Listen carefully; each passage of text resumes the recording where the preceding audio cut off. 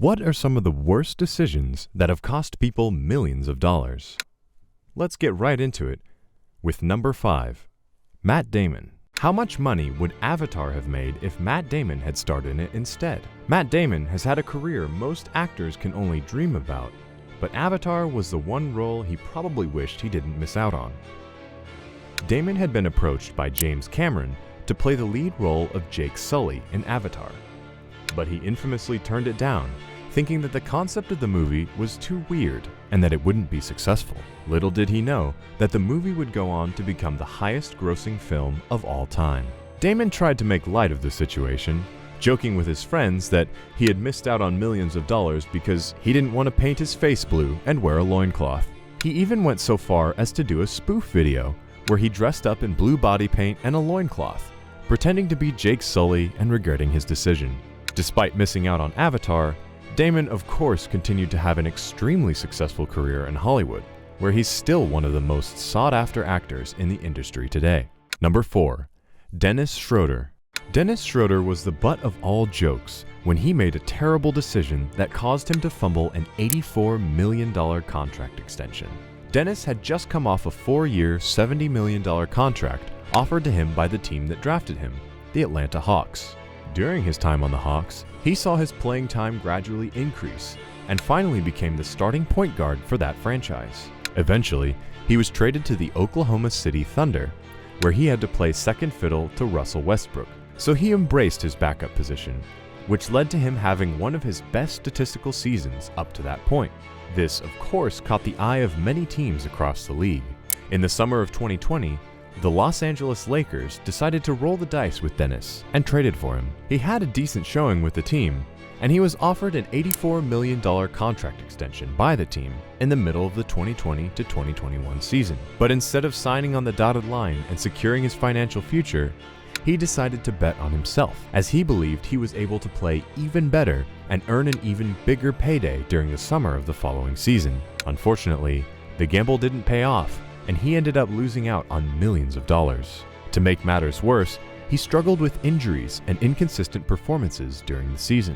He was even held scoreless in Game 5 of the first round of the playoffs, a series the Lakers eventually lost. These performances, or dare I say lack of performances, further decreased his value in the eyes of potential suitors. He ultimately couldn't find a suitable long-term deal, so he had to take the taxpayer mid-level exception from the Boston Celtics that was only worth a fraction of what he could have gotten, at $5.9 million. Number 3, Nerlens Noel. Nerlens Noel is another athlete who accidentally turned down millions of dollars. He was once considered one of the most promising basketball players in the country. He was a highly recruited high school athlete and went on to have a standout college career. But once he got into the NBA, he was overwhelmed with injury after injury. He suffered a serious knee injury, which was followed by a thumb injury. Both injuries derailed his NBA career and sapped him of his athleticism. Despite all these injuries, Nerlens was still able to earn a multi-year contract offer. Back in 2017, Noel had one of the more important decisions to make in his then young career. He was offered a 4-year, $70 million contract, which he rejected in favor of a 1-year, $4.1 million qualifying offer. His reasons were as follows. By taking the 1-year qualifying offer, that would make him an unrestricted free agent. This meant that in the summer of 2017, he would have the freedom to sign with whichever team he wanted, and theoretically could have landed a bigger offer on the open market. But sadly, things didn't go as planned. No team was willing to offer him the kind of money he had hoped for. In the end, he had to sign a 2-year, $3.75 million deal before finally getting a 1-year, $5 million deal that was worth more than a minimum salary. To some people, this story can be a cautionary tale for other young athletes, where the moral of the story warns them of the dangers of overestimating their own abilities. To others, it can easily be chalked up to plain old bad financial advice from Noel's former agent Rich Paul, as he was the one responsible for negotiating his contract and advising him on the best course of action. However, we can all agree on one thing, which is who the biggest winner was from the other side of this contract: the Dallas Mavericks. They saved themselves from overpaying a serviceable role player a substantial amount of money when no other team was willing to pay anything more than $5 million. Number 2. Lou Pie. Usually, when guys accidentally impregnate a stripper and get a divorce from their wife, they lose a ton of money, just like everyone else in this video. But there's a twist. Lou Pie actually made a ton of money from his divorce. He's the complete opposite of what was supposed to happen. Born in Nanjing, China in 1946, Lou Pie and his family moved to the United States when he was just 2 years old. Lou graduated from the University of Maryland with a Bachelor of Science and a Master in Economics, and he was recognized for his mathematical prowess. In 1987, Lou joined Enron, which at the time was a mid-sized regional energy supplier. In March of 1997, Lou Pie was named CEO to Enron's most ambitious subsidiary, Enron Energy Services, or EES for short. The mission of EES was to create a competitive market for energy by selling gas and electricity directly to homes and businesses at market prices.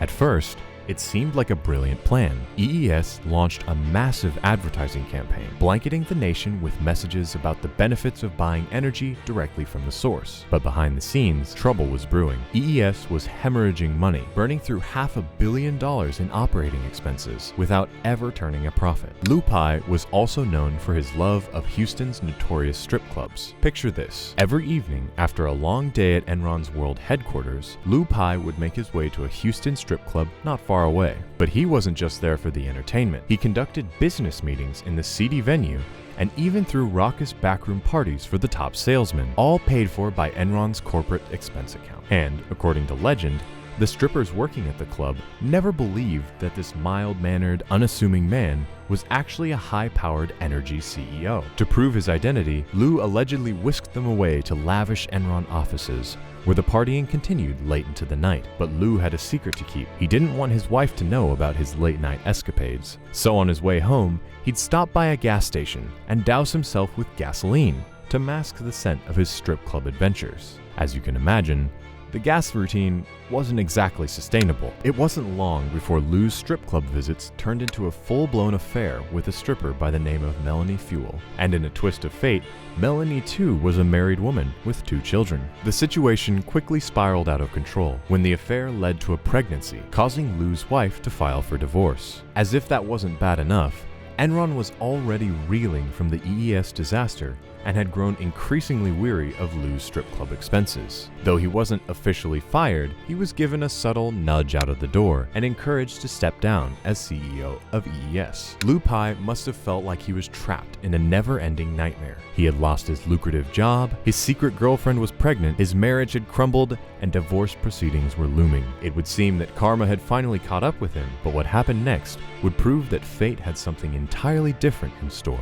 for the Enron executive. What came next for Lou Pie was a stroke of unprecedented luck that would make even the most skeptical person believe in miracles. Between May 18th and June 7th of 2001, he sold off all of his Enron stock, as well as exercised several 100,000 options. And the reason? He had to pay off the costly divorce settlement. Enron was still continually rising, with its highest share price reaching $90.56 in August of 2000. Despite this, Lou sold his shares at an average price of $72, leaving him with a staggering $280 million.